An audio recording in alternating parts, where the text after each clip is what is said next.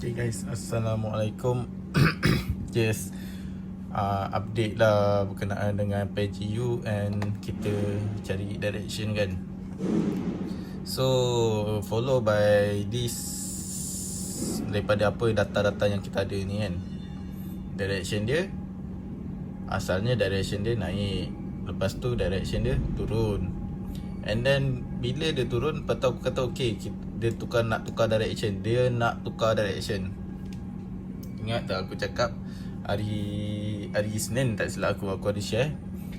Dia keluar ni hammerhead ke pimba ke ikut korang. Tapi kalau pattern dia macam ni dekat weekly, korang kena hati-hati sebab dia boleh jadi naik terus, and then naik dia turun balik. Dia boleh jadi macam tu. Tapi dekat weekly ni strong signal kita bagi tahu dia naik. Tapi macam mana kita nak cari confirmation untuk dia naik? Yang tu kita boleh cari dekat ni. First, macam aku ajar, kita tanda cari support resistance dia. Ni resistance dia buat masa tu. And then aku buka terus lah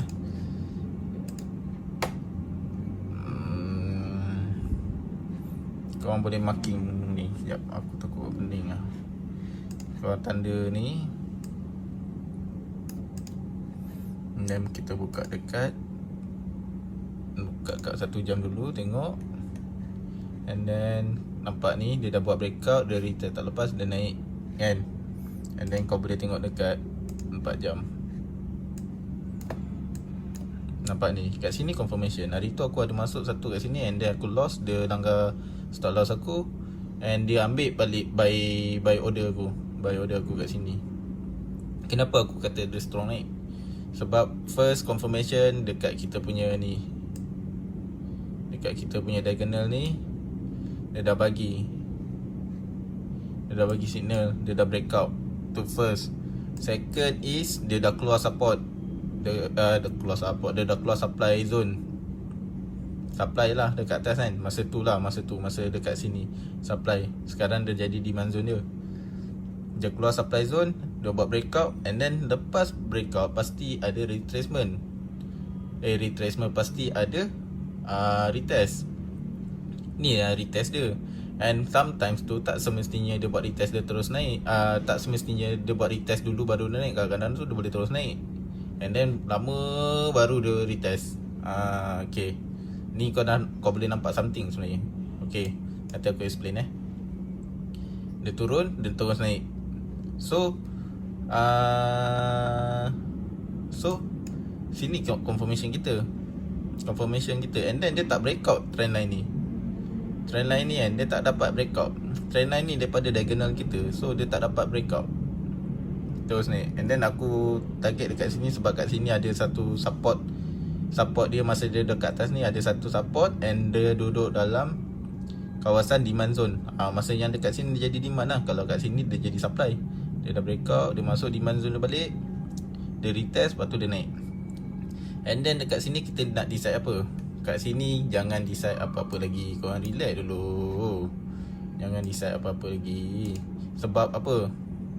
Sebab kita baru ada 1, 2, dia breakout ni, dia breakout ni 2, bagi dia keluar supply zone. Tapi dekat aku tak nak masuk kat sini. Minggu ni aku dah tak nak masuk dah.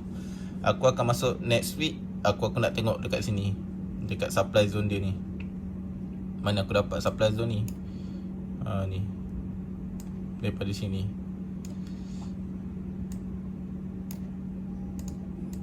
Ni supply zone dia ni. Aku nak tengok apa jadi dekat supply zone ni. Dia dapat teruskan naik tak? Kalau dia dapat breakout, dia akan terus naik. Dia boleh sampai sini, InsyaAllah. Tapi dia ada lagi resistance yang dia perlu breakout. Macam ni kan. Lepas tu ada dekat sini. Okay, lepas tu ada dekat sini. Ini sebenarnya bukannya ni. Kalau kau tanda ni sendiri, kau nampak ni adalah supply zone. Ni supply zone baru. Okay, dia dah naik lah banyak ni. Dia naik ni sebenarnya ni. And then what else? Dia naik. Kita tengok dekat sini apa jadi nanti. Kalau dia dapat break, kita tengok kat sini pun dia dapat break. Kat sini pun dia dapat break. Kita tengok. Kalau dia dapat break yang ni kan, sedap betul. Tarik sampai sini, sampai atas ni kita masuk sell. Why sell? Ataupun dekat sini. Tengok. Ada confirmation, nampak setup, baru masuk. Buat ikut decision korang. Yang ni aku punya mapping je. Mapping tu apa? Mapping tu just macam kita nak tahu what happen dekat GU sebenarnya. What happen. Sometimes dia tak sampai pun mapping aku ni. Dia tak sampai pun target aku ni. Kadang-kadang dia boleh turun balik.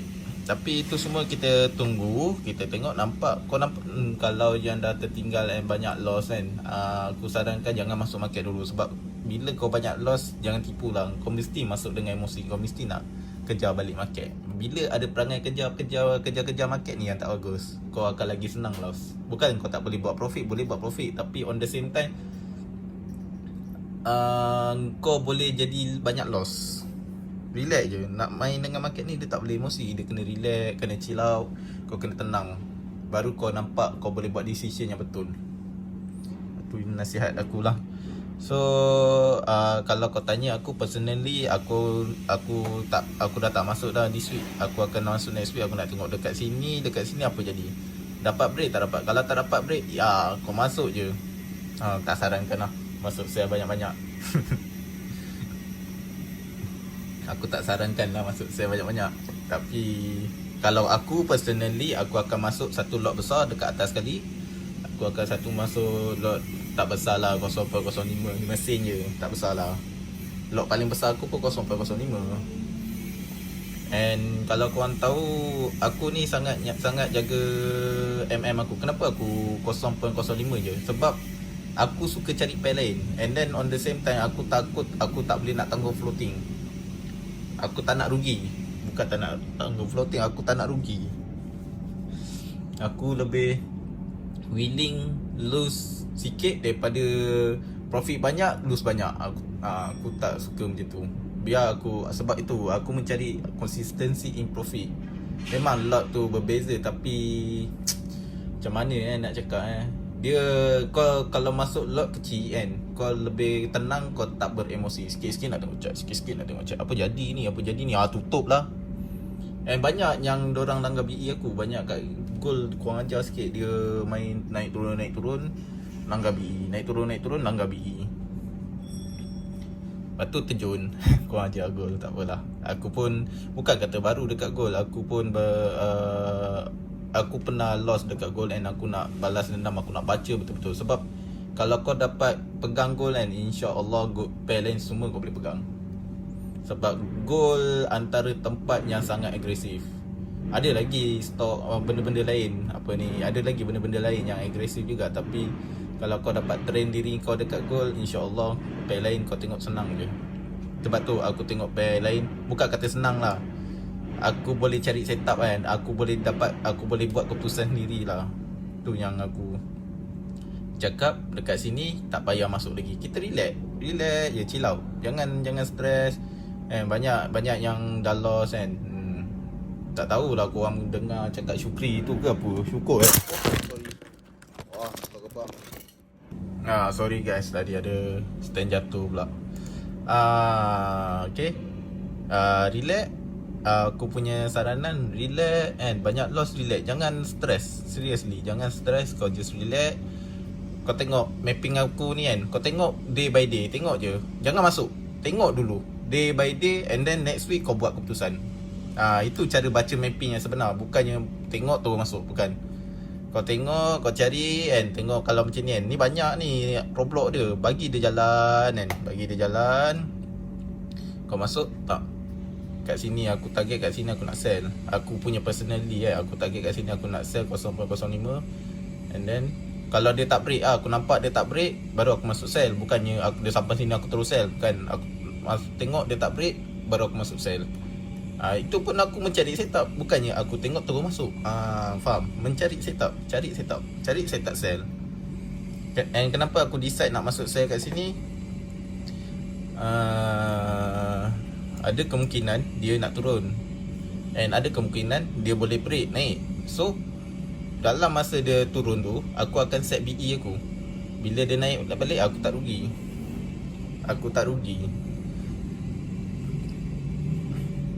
Tapi benda tu kena buat pagi-pagi, jangan buat petang. Pagi-pagi sebab apa, jagung tak masuk lagi. Tapi daripada aku punya fundamental dengan TA dah clash tau. So aku jadi confused. Tapi aku akan try next week. Aku nak tengok this week apa jadi. Sebab this week kan USD melemah tau. USD melemah daripada FOMC ke apa kejadah semua kan.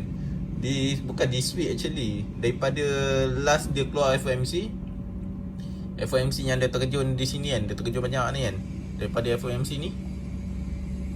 And selepas ni dia tak dapat follow FOMC ni punya statement. FOMC ni macam speech lah. Dia kata ada apa ni akan ada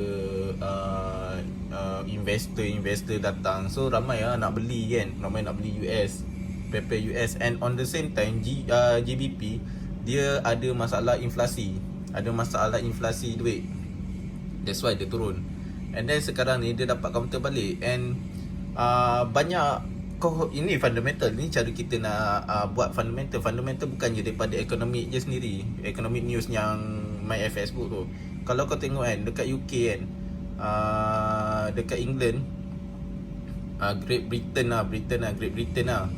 Britain, diorang kes COVID tinggi, but dia punya kes kematian dia tak ada, tak tinggi, tak setinggi mana. So kau tengok diorang pun bekerja macam biasa. So dia punya ekonomi sektor dia berkembang. And then dia pun baru lepas FIFA kan. Lepas FIFA pula, baru lepas Euro. Dan dia punya tu ada orang beli. Mata wang dia tu ada orang beli. So bila ada orang beli, dia punya mata wang akan naik lah. Tak adalah masalah inflasi. Nampak tak? Dia kalau masalah inflasi ni bila duit tu banyak tapi tak ada orang nak beli, itu akan jadi inflasi. Tapi kalau ada orang beli, kita boleh tengok ada orang beli, dia punya consumer pun tinggi. Consumer tu macam pembelian dalam negeri tu dalam negara tu tinggi, pembelian barang runcit pun tinggi. Lepas tu orang bekerja pun ramai. So dia dah kembali normal. That's why dia dapat counter.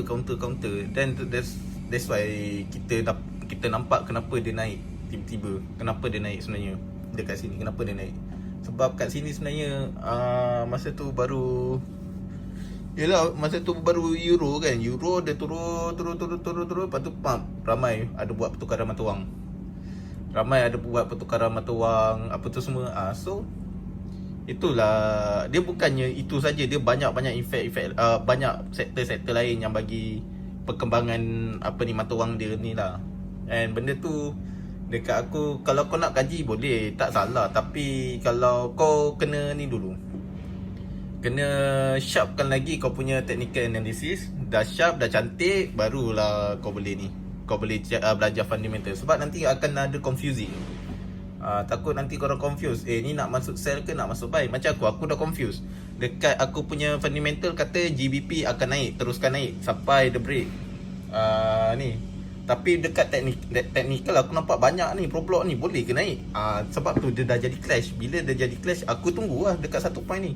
Jadi apa? Kalau dia tak dapat break, aku akan masuk sell lah. Tapi kalau dia break, aku akan masuk buy. Itu cerita dia. Faham? So itu sajalah. Assalamualaikum. Jangan pening tengok ni. Just tengok aku punya supply ni, line-line ni. Yang ni jangan tengok. Yang ni aku just saja nak tengok, aku nak monitor day to day. Okay lah. Assalamualaikum.